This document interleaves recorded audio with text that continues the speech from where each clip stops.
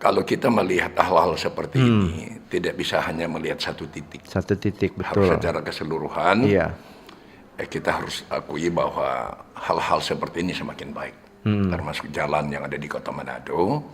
Tetapi juga harus kita kritisi, kalau ada tempat-tempat tertentu, apalagi seperti tadi katakan itu di pusat kota. Iya, Kan iya. aneh, itu kan mobilitas orang cukup tinggi, pusat pemerintahan. Kalau sampai itu tidak diperbaiki, ya itu yang harus dikritisi. Itu yang paling penting. Jalan ini harus dilihat secara keseluruhan. Jadi bukan dalam tanda kutip perbaiki infrastruktur jalan yang sudah rusak. Apa yang menjadi penyebab itu sih? Kenapa jalan itu sering rusak? Itu yang mesti diperhatikan.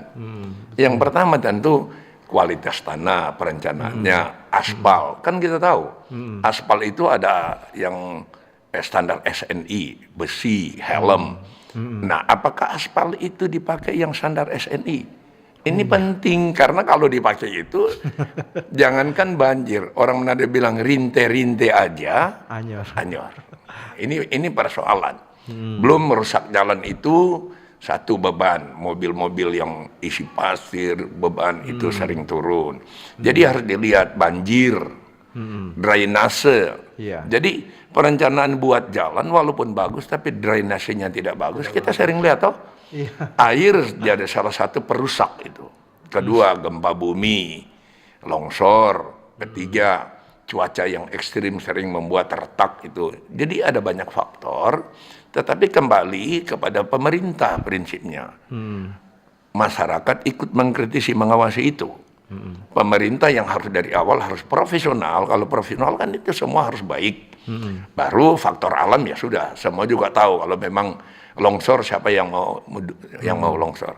Jadi hal ini yang harus menjadi perhatian pemerintah agar apa? Di saat jalan dibuat kualitasnya itu terjamin. Infrastruktur ini kan yang membuat dia booming ini era Jokowi. Presiden bikin Trans Sumatera, bikin di Papua. Karena ini kan menghidupkan juga ekonomi. Toh bahan-bahan baku ini pertanian bisa dibawa ke pasar. Tahu Pak, kalau orang bawa jagung, ubi dan seterusnya harus jalan kaki berapa banyak yang bisa bawa ke pasar. Jadi ini infrastruktur ini selain kenyamanan orang berkendaraan jalan kaki, dia berdampak sangat besar soal ekonomi juga. Jadi jalan harus baik.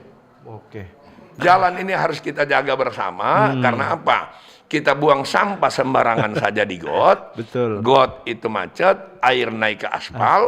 Itu salah satu faktor utama membuat juga jalan rusak. Jadi masyarakat juga harus seimbang, jangan hanya bisa protes, tapi kita sendiri tidak menjaga aset ini. Dan satu yang paling kecil, buang sembarangan buang di got, plastik segala macam. Got macet, air naik ke aspal, rusak. Lalu kita teriak-teriak, wah pemerintah ini, kita juga ikut merusak itu. Jadi pola hidup juga masyarakat, selain kita kritis, bukan hanya keluar, bukan hanya ke pemerintah, kita kritisi juga diri kita sendiri. Ya, agar semua bisa jadi seimbang gitu. Ring road ini kan baru muncul. Sekian lama tidak. Waktu pemerintah bikin itu, tanah di situ murah sekali. 10.000, 20.000. Tapi sekarang di ring road itu rata-rata nilai tanahnya sudah 1,5 juta itu. Per meter. Jadi ya, Pak? per meter. Waktu itu orang mau jual di situ banyak yang nggak mau, kebun, nggak ada akses. Nah, jadi terlihat di sana. Jadi jalan itu ada bukan jalan baru, mungkin diperlebar. Jadi dia tetap ada pemeliharaan dalam konteks itu. Nah, kalau ada kepentingan umum seperti jalan, lalu saya kasih contoh, ada dua pihak yang bertikai soal jalan. Itu ada aturan.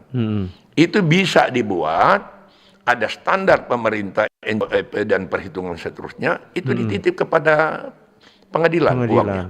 Jadi silakan yang bertikai, siapa yang menang ambil uangnya. Karena jangan mengganggu kepentingan umum.